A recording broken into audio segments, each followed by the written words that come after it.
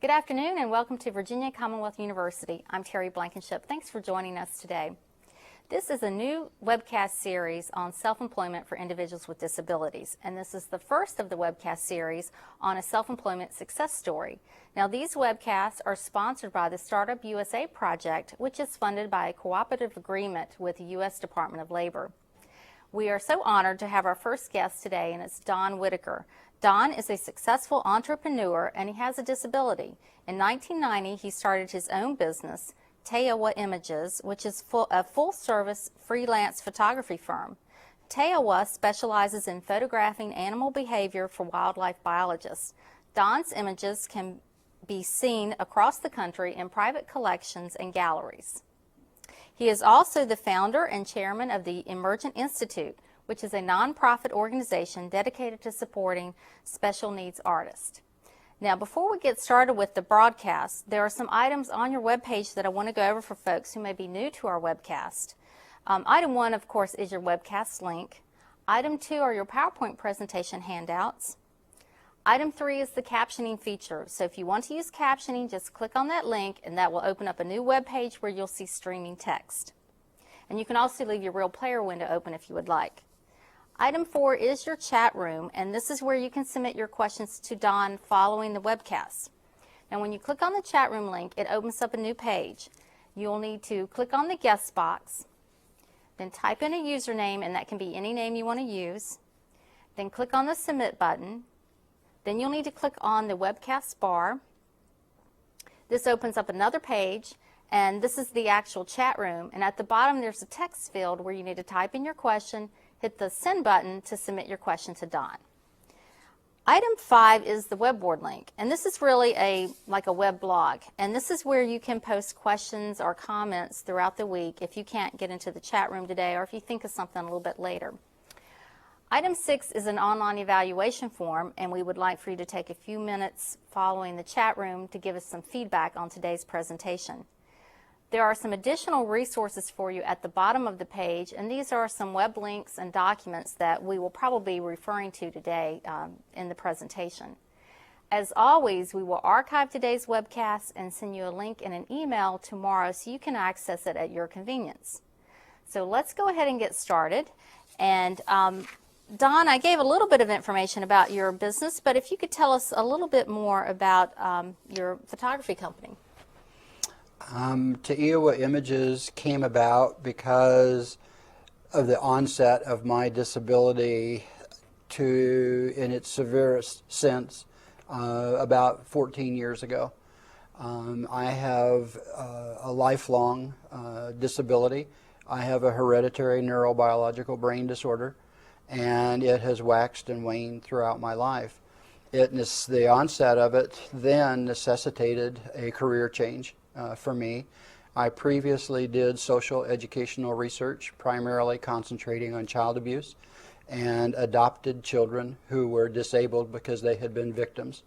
The stress of that got to be too much, and so a career change was essentially mandated by my doctors. Mm-hmm. Okay. Well, let's talk a little bit about where you're located.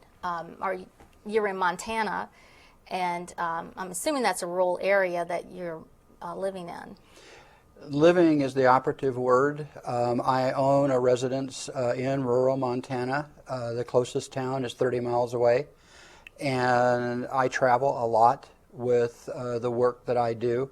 I've worked on various wildlife research projects, orcas on San Juan Island, wolves in Yellowstone, and in the Mexican Wolf Recovery Project. So I travel a lot.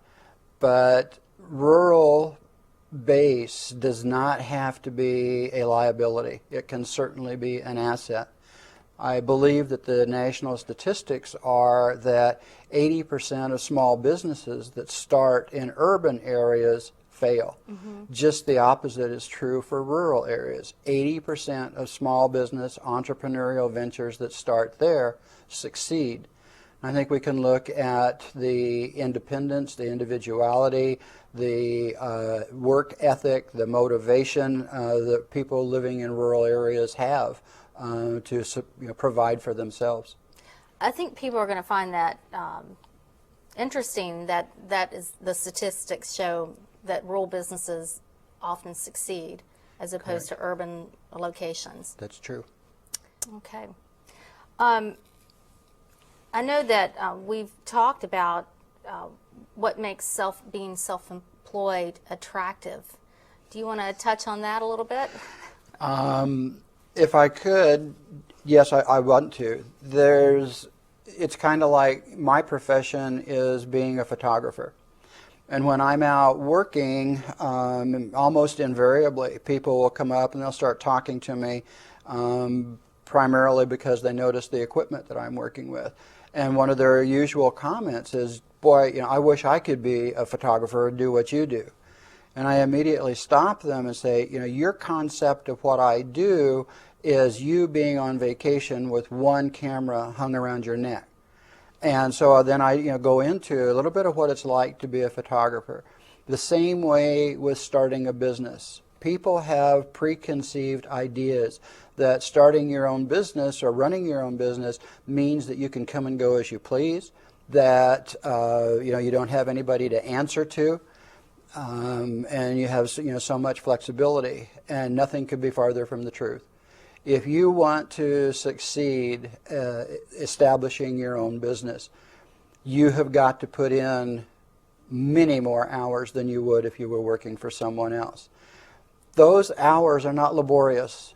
If you start your business, one of the prerequisites is that you have the passion for what you're doing and you absolutely love it. If you don't, my advice is find something else to do. Right. And I know we're going to touch on that a little bit later, but there are a lot of hours involved, but you are also going to talk about the supports that are available to people. Correct. So I know that we kind of want to first start out with giving an overview of how do you become self-employed, and then we'll get into more detail about those items that we're going to cover, those steps. So you talk about your passion. Can you give us an idea of how you found your passion? It's a circuitous route, and you have to be flexible in being able to recognize when some doors close and other doors open and taking advantage of those opportunities. I initially started out working with engravings. I chose this not only because it was a passion, but because it fit my disability. I know enough about my disability to be able to know the assets and limitations that I have because of it. And engraving just fit with the mental processes that I deal with. It became a closed door. Engraving is very quickly becoming a lost art. I went, for instance, to every major gallery in Jackson Hole, Wyoming, and spoke with either the manager or the owner of the gallery, and not one of them could tell me the difference between engraving and an etching. And if they don't know the difference between the two, then they really can't effectively market either one. Because that door was closed, I did photography, field work of wildlife to work from to do my engravings. Suddenly, the door in photography opened up. I became affiliated with Leica, one of the premier camera companies in the world. It was very serendipitous. I have enjoyed and continue to enjoy a very dominant working relationship with them, and they have been extremely instrumental in allowing me to borrow equipment that I couldn't afford to buy, which has improved the quality of my work. So you start out in one direction and you have to maintain the flexibility to recognize when a door is closed and when another opportunity presents itself. What about your competition? Is that something you have to be aware of as you're selecting your niche or what you're thinking about going into? Do you need to look around and see who your competitors are? You do, and that's one reason why I chose engraving, because there aren't any engravers. And so the competition was really not there. I felt like that there would be a greater market area. In 2002, I was mentioned in an article in Wildlife Art News, which is a publication about wildlife art that goes to 110 countries worldwide. And in this article, it was stated that I was one of only 7 or 8 currently practicing wildlife art engravers in the world. But that didn't open any doors. If you have the opportunity to define a niche and look at the competition realistically, not out of your own ego, and say, how does my product compare to what's on the marketplace? And you can truthfully say that you either currently possess those skills and are able to provide that service or that product competitively, or that quite easily and economically you could get the training to enable you to seek that niche that is going to make you a successful business person. Okay. Well, you've mentioned engraving and etching, but for folks who may not understand that, could you just give us a quick overview of really what the engraving process is? And I think we have a couple of your slides that can show us your engraving. Okay. An engraver and an etcher start at the same point with a sheet of copper, and an engraver cuts every line individually by hand with a tool called a burin into the sheet of copper. The etcher covers the sheet of copper with asphaltum, which is impervious to acid, and then scratches through the asphaltum with a needle point to do their drawing, and then submerges it in an acid bath which eats the lines into the copper plate. You then both ink the copper plate and put a piece of moistened printing paper on it and run it through a hand press, and you get your etching or your engraving, depending upon the technique. So each one of my engravings, every line on the piece of work was cut individually by hand. I bet that takes a lot of time, doesn't it? The image that you're showing of the head study of the buffalo working 10 plus hours a day required 5 weeks for me to cut the plate to be able to print. Wow, that's a lot of time, a lot of dedication. It fits with my disability. I am very detail oriented, and tedious tasks do not wear me. So just like a person with a physical disability would be adaptive, with my mental disability, it's also adaptive. And you had to be very self-disciplined to do that work. That's one of the key words, I think, in looking at going into your own business. You have to have the discipline to... I had the pleasure in my formative years of art of visiting with Robert Rauschenberg, who was a very major international artist, a contemporary of Andy Warhol and Marc Chagall. And Mr. Rauschenberg, I posed the question directly to him, what does it take to become a successful professional artist? He said, Don, when your friends are out going to the movie or going to the bar or out eating pizza, you better be in your studio working. I think that there are, other instances or other people that have given tremendous advice.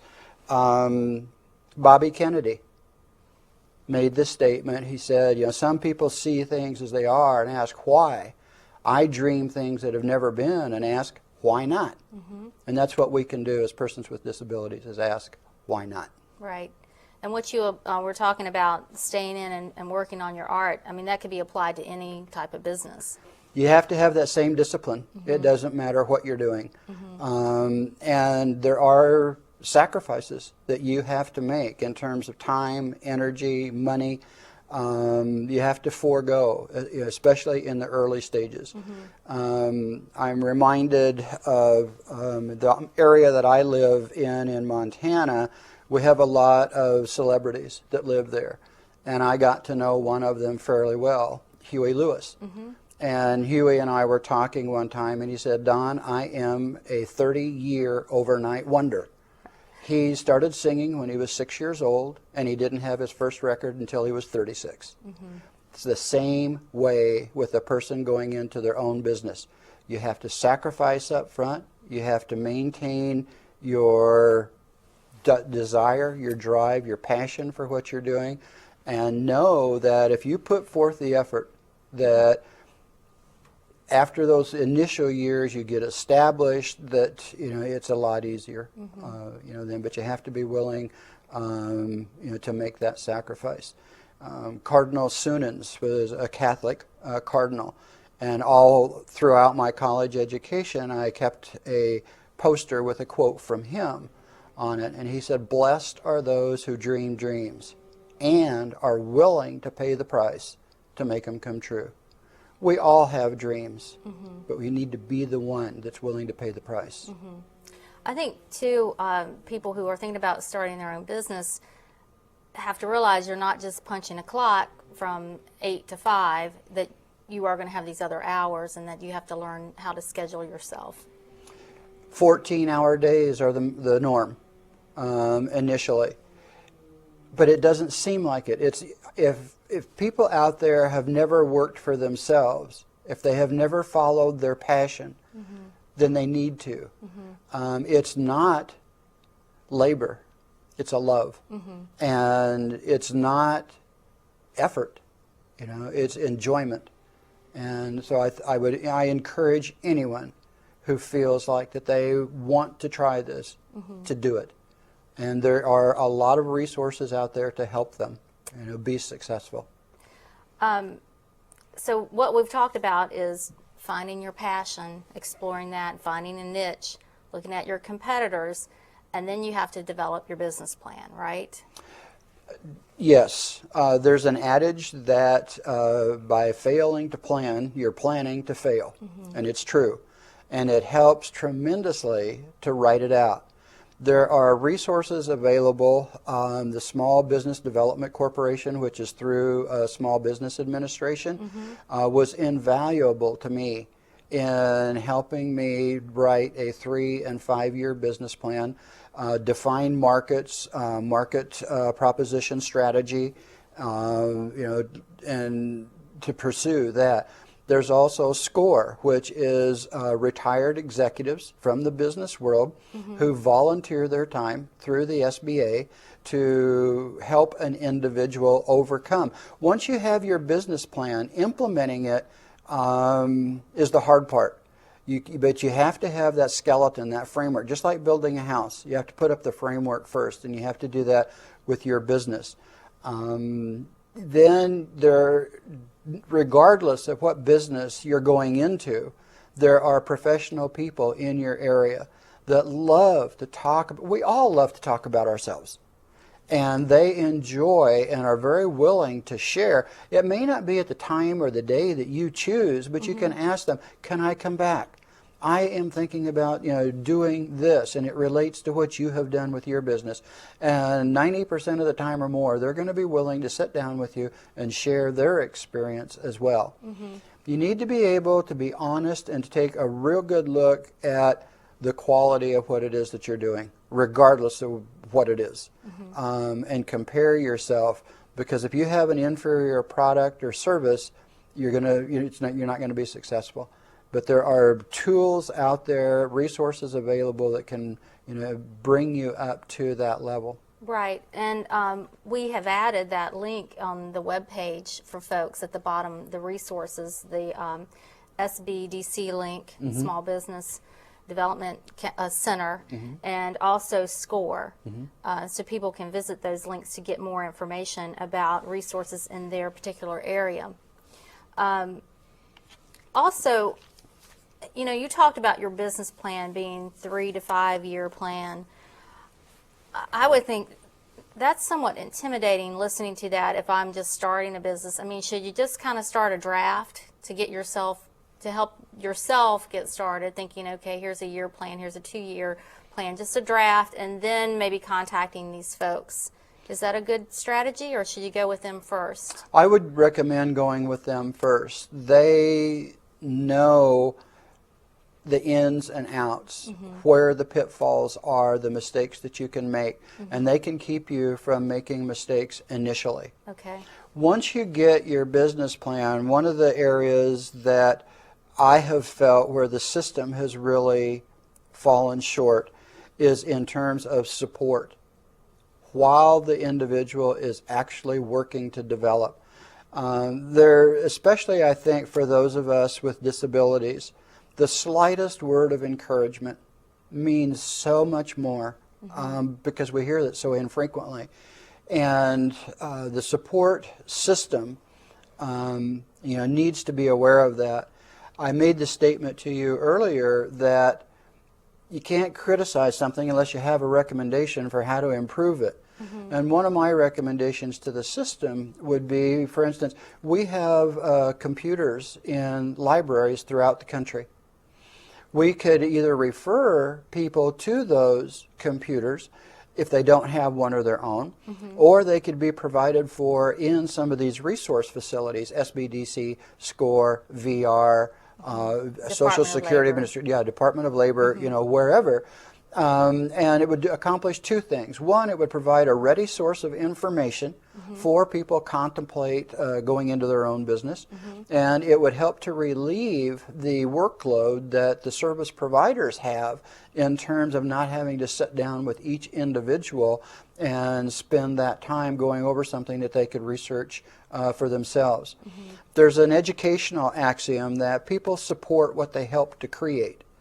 And when you are as involved as possible in every facet of creating your own business, you have ownership in it, and you're going to put forth a lot more effort than if you just ask somebody to do your business plan. You need to be hands-on involved in just taking everything from the outset. And I know we're going to talk a little bit later about advocacy, and that's you could get those people, your advocates, involved in that process too.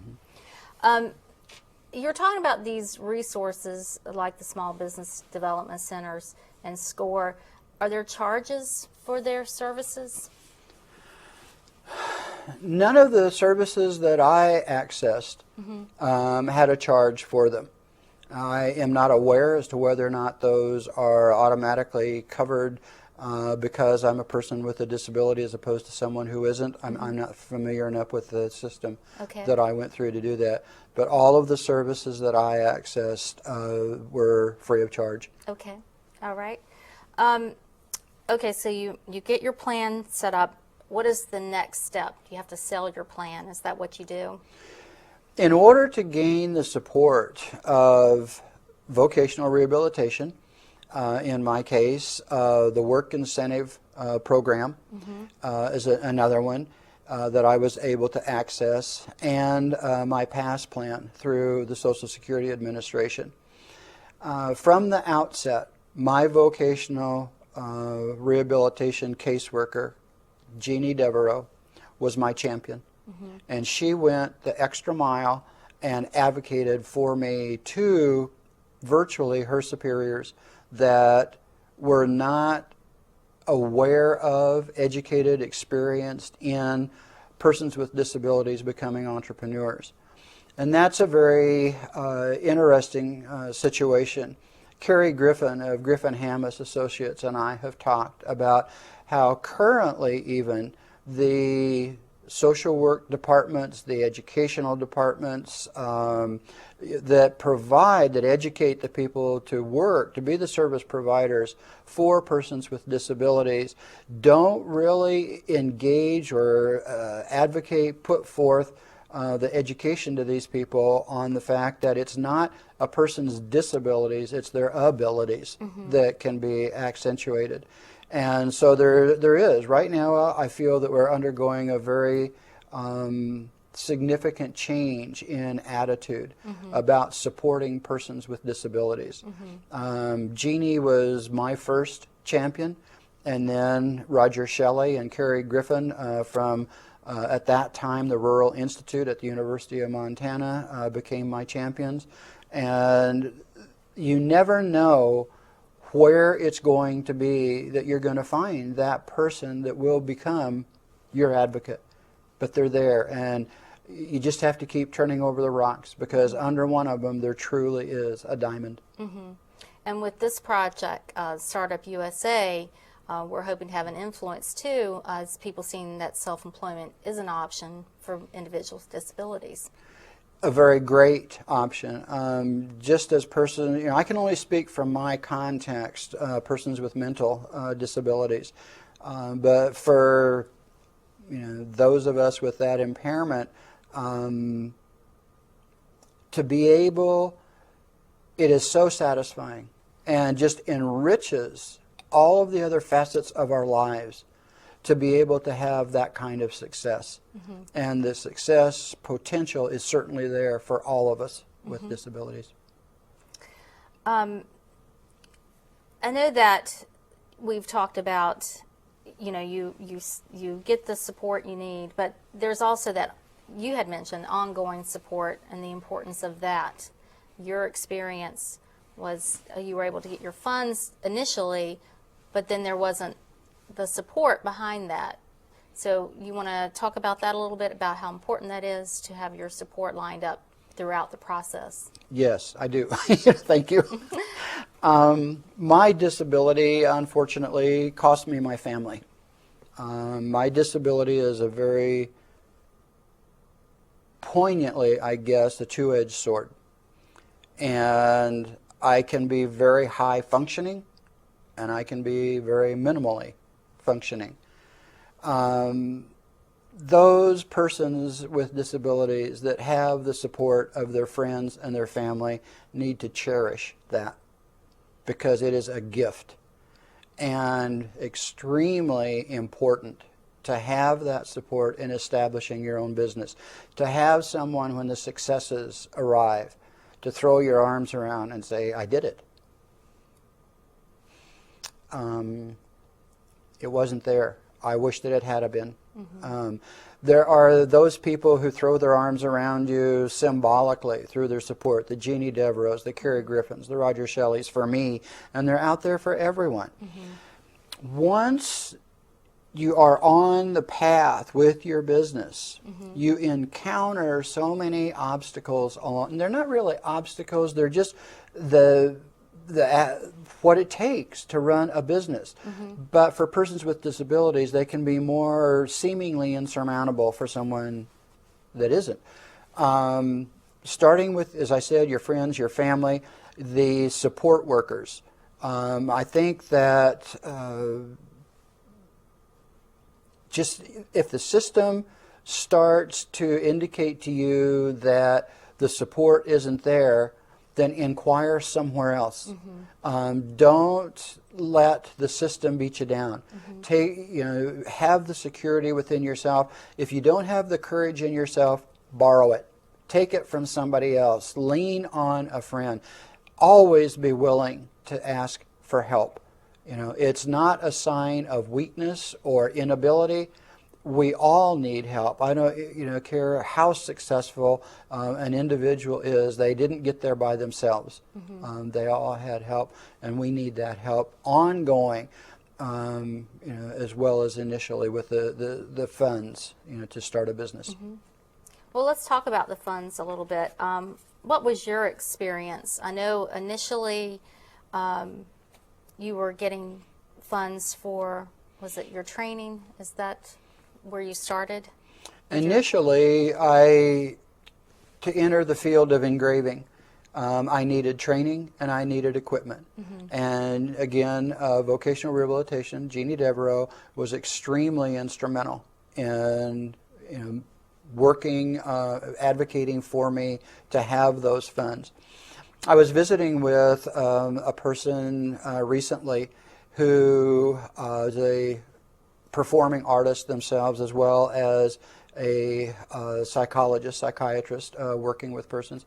And they made the statement that art in the U.S., culture in itself, is a disability. Whether you have a disability or not, to go into art, people look upon you skeptically. How are you going to make a living doing that? Regardless of what you want to go into, I think with being a person with a disability, they look upon you, well, how are you going to do that? There are those in the system that have the vision. We've been over this. And I found for myself that I really needed that emotional arm around me, that emotional pat on the back that I would get from various service delivery people that I worked with. I got the money for engraving. Then, because of another problem with my disability, engraving became physically very difficult for me to do. Having the experience of photographing animals for my engraving work was a natural for me to go into that area. Again, one door closed, another one open. The Rural Institute, in the person of Roger Shelley and Carrie Griffin, provided the money for me to get the darkroom equipment that I needed to be able to do my own photography work. And the vocational rehabilitation came back then later with some additional funds for more equipment that I needed to be able to do the traveling that I had to do in order to be on site. My work has taken me all over the western half of the United States, and their help really made that possible. Okay. Let's talk about, you may not like this word, but barriers, but some of the barriers that you first encountered when you started your business. The one that we have touched on is attitude. There is an attitude against art as a significant, meaningful, providing occupation. For me, other people going into different areas are not going to run into that barrier, that obstacle. There is, the obstacle of attitude. The system has functioned for so long with the attitude that self-employment, entrepreneurial ventures, and we've talked about the difference between those two, is not really feasible for a person with a disability.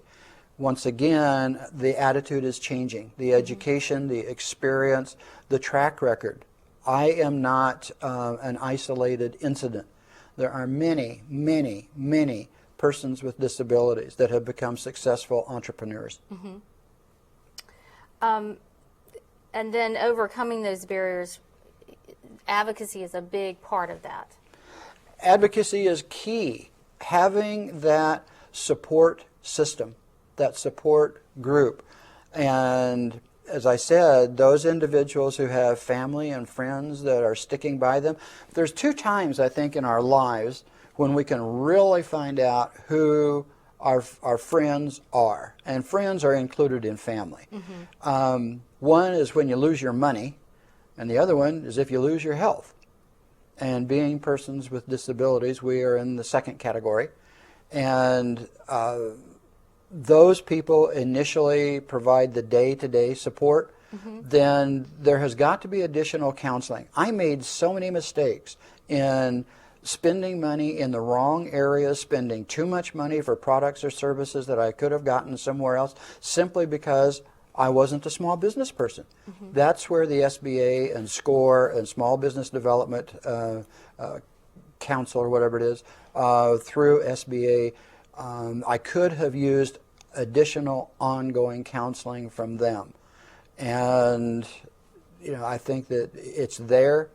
I didn't ask for it. I have to look at it in the mirror and say, you could have done it different. Ask for it. Recognize where your limitations are. Accounting. Keep track of every penny you spend, every penny you have for income, and know where it goes so that you can seek intelligent information to get that ongoing support for your day-to-day activities of your business. I think that's a good point, is the accounting and record keeping, and so you're being, you're doing what you need to do for taxes and that type of information. Yes. Okay. Let's talk about the different people in your community, other businesses that you've encountered that you've plugged into. I don't expect that everyone is going to have a banker like mine. I'm blessed, not only with my banker, but with Carrie Griffin and Jeannie Dever, and all of these people that have so richly blessed my experience. My banker stands out in that It's a small family-owned bank in western Montana. It is the fourth or fifth generation of this one family that has owned the bank, and they have a lot more latitude in what they can do. They have to stay within federal guidelines, but Chuck Schonkweiler is the owner and president of the bank, and he has been a phenomenal advocate for me knowing, understanding and knowing that I had the ability to do this. I'm at a loss right now. There is a test that I took that through a assisted living center in Montana that measures an individual's probable success of becoming, going into being an entrepreneur as a person with a disability. I would highly recommend that you ask your service providers about that test. I think it'll give you a good indication as to what some of your limitations might be and what you can overcome with. I had other photographers, other people that assisted me. I would take my work to them and ask for a critical critique of, is my work good? What do I need to improve on? This is my equipment. Should I be using something else? And as I indicated earlier in our conversation, those people are really open to helping you. So that's another community resource. There's a lot of them out there that you can tap into for assistance in any area that you might need.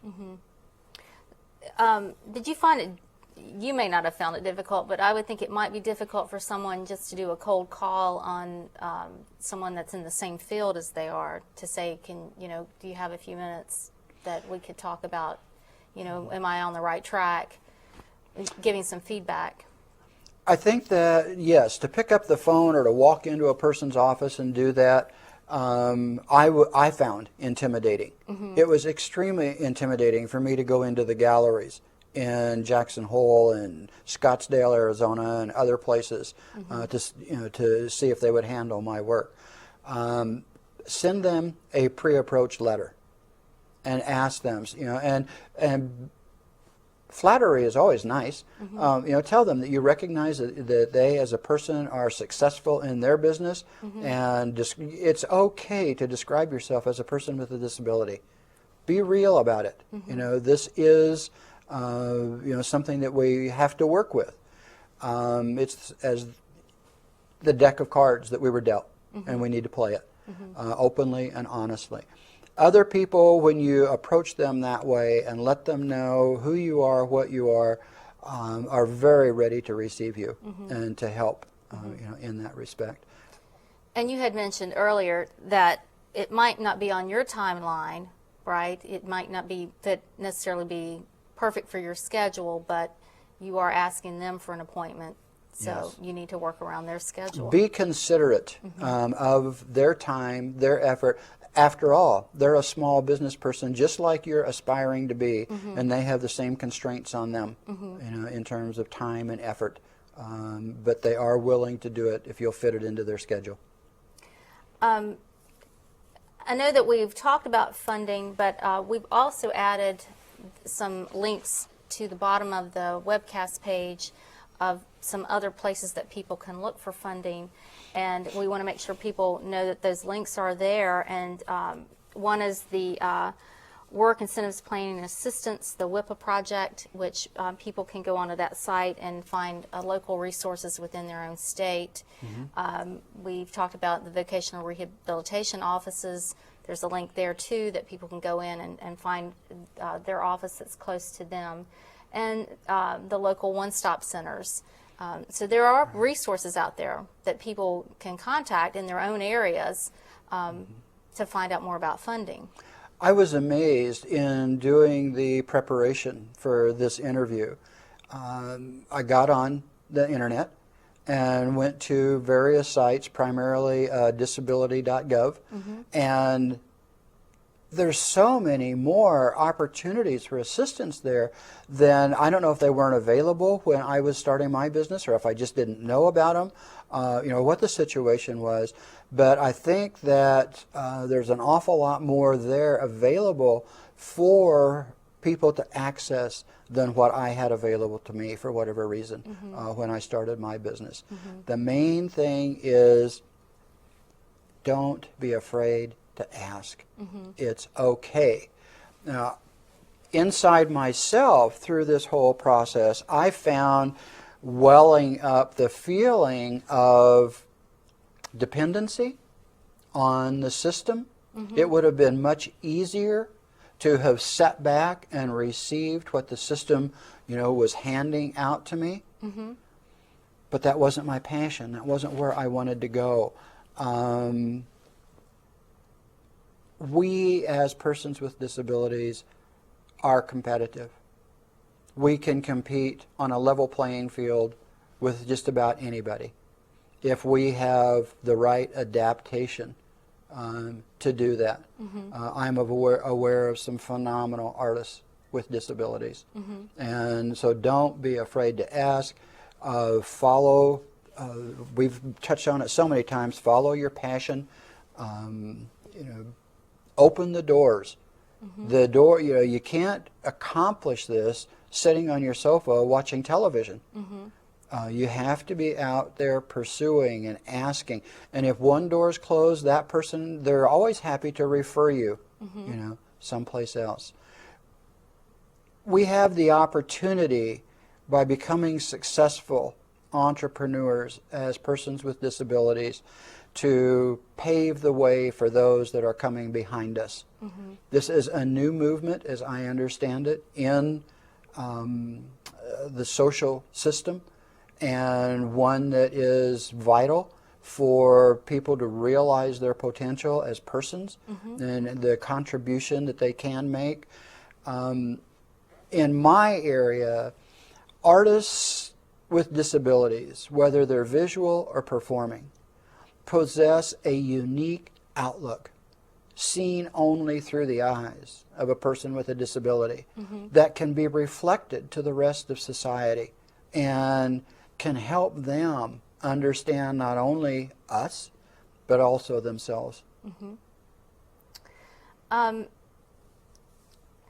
Also, I wanted to let people know that not only do we have those web links, but we also have documents on your web page. The Griffin Hammis frequently asked questions about starting a business or self-employment. There's a Department of Labor fact sheet on small businesses and self-employment, and also one of the TTAP fact sheets on self-employment. So those are good documents that people could print out, and there's some information and their resources that they could contact. Okay. I want to, as long as we're talking about contacts, I want to make it a very sincere invitation. I do not make idle offers. And anyone out there who wants to contact me personally, I want them to feel totally and completely free. I have website, email, phone lines, and contact me. Anything that I can do to help, I'm happy to do that. I am so richly blessed, and I have gotten to where I am because other people have helped me. And if you haven't seen the movie, Pay It Forward, you need to see the movie. And we are all helping each other. And so whatever I can do to help, I'm here to do that. Okay. And I think we have that information that we'll give to people with your direct contact information, but we also have a link to your website as well that they can contact you off of that. Just pick up the phone and call me. Send me an email. Okay. Now, Carrie Griffin told me you are the expert in networking, and after talking with you some, I really believe it. Can you give us some examples of your networking? And what's fascinating is the connections you've made through your networking, how one thing led to another. You and I have talked about this, and there are stories that I could relate. about how serendipity, quote unquote, intervened and doors opened. If we are just in this to help ourselves, it doesn't work. Also, see the big picture. Don't limit yourself to your own hometown or your own county or your own state. Look at it and see where someone else may be doing something that you can dovetail on, that you can learn from their experience. You can contribute to them and they can contribute to you. The establishment of the Emergent Institute and its mission is very indicative of how cooperation makes a win-win situation for all the parties involved. And everybody becomes the stronger for it. More people get served because of it. Open yourself up. None of us are an island. Well, I think it's fascinating how you are very open when you are pursuing something. Like the example you gave me the other day is the special paper you needed for your photography, and you thought you had been told the company wasn't making it anymore, and you kept digging, and you ended up talking to the owner of the company. Was that right? I do a very specific photographic printing process. It's called ilfochrome. And with the advent of digital photography, many of the photographic companies, Ilford, Fuji, Kodak, have all stopped making some of their photographic papers, their films, their developing chemistries. And I needed some Ilford, ilfochrome paper, called a supplier that I have been working with for over 25 years and was told, we can't get that. Ilford went through a bankruptcy, but they came out of it, they reorganized, and this person with the company that I had done business with for years said, well, that's just not available. So I did. I just kept digging, and I picked up the phone and called Ilford directly and got the individual who is the president of marketing for Ilford in the United States.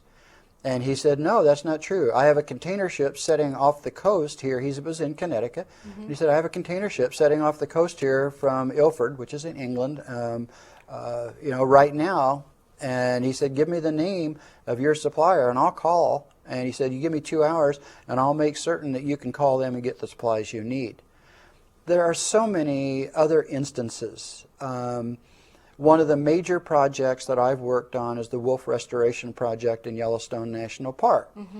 And I was in Yellowstone taking pictures, totally independent, and I was sitting in the front seat of my car loading my camera with film, and this elderly gentleman walked up to me and said, I like your camera. It was a Leica.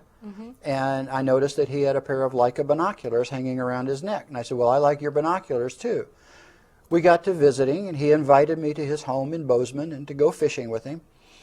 Little did I know that this was a man by the name of Norm Bishop. Norm had worked for 45 years to reintroduce wolves in Yellowstone. He was a ranger with the Park Service in Yellowstone National Park. Because of his work, he had received accommodation from the Secretary of the Interior for the work that he did on restoring the wolves. While I was at Norm's house one time, we were talking about my affiliation with Leica, and that's another story in itself, just very similar to this. Leica has been phenomenal to me. Roger Horn, the president of Leica, has just gone beyond to help me in my photographic pursuits. But while we were at Norm's house, he picked up the phone and he called Doug Smith. Doug is the lead biologist on the wolf restoration project. He's one of probably the 5 top wolf biologists in the world.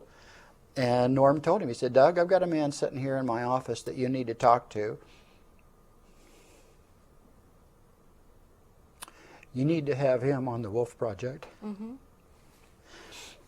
I'm sorry for this, but it's just that blessing. I'm now working on the wolf recovery project of the Mexican wolves in Arizona, New Mexico. There's only 59 of them in existence in the world. Very unique project.